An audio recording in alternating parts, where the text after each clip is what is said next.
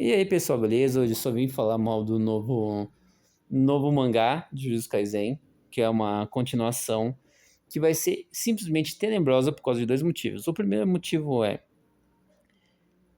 ou eles vão usar o nome de Jujutsu Kaisen para farmar hype, e a história não vai ter nada a ver com a história original.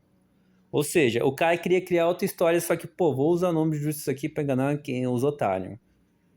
Ou a segunda alternativa, que na minha opinião é a pior de todas, que é fiz uma história com um final ruim para explicar as pontas soltas de uma história nova.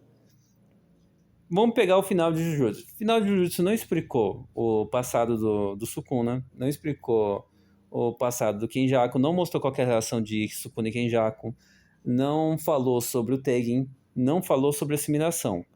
Se ele começar a usar esse mangá para explicar o final do outro, do mangá antigo de Jujutsu Kaisen, ou seja, estragou o mangá de Jujutsu Kaisen porque ele sabia que ia criar um mangá novo para conseguir farmar, porque ele sabe que a história não ia hypar. É só você pegar mangakas antigos. Cara, o próprio mangaka de Dragon Ball não conseguiu hypar uma história de... Tô falando um hype de verdade, gente. Não tô falando um hypezinho.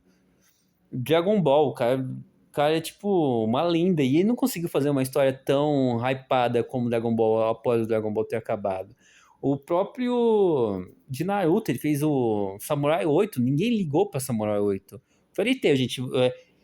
Vocês não sabem o que é Fairy Tail, mas Fairy Tail fez um sucesso. Ele lançou um novo mangá de que é autor de Fairy Tail, ninguém ligou. Então ele deve ter estragado a história original de Jujutsu para tentar explicar isso no mangá novo.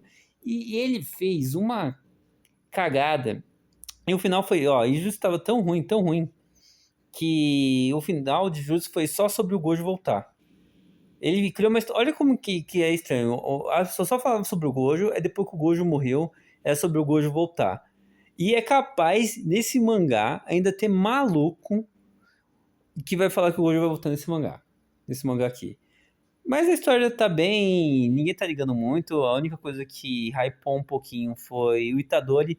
E eu sinto que quando ele perceber que a história tá flopando, ele vai começar a trazer personagem antigo ou temáticas antigas pra fazer sucesso. Tá aí, vídeo bem curtinho, só explicando por que esse mangá vai ser uma merda. E porque eu não vou cair no bait. Eu não vou acompanhar esse mangá. Eu não vou ver uma história secundária pra ter que explicar a primeira história. Eu acho isso aí criminoso.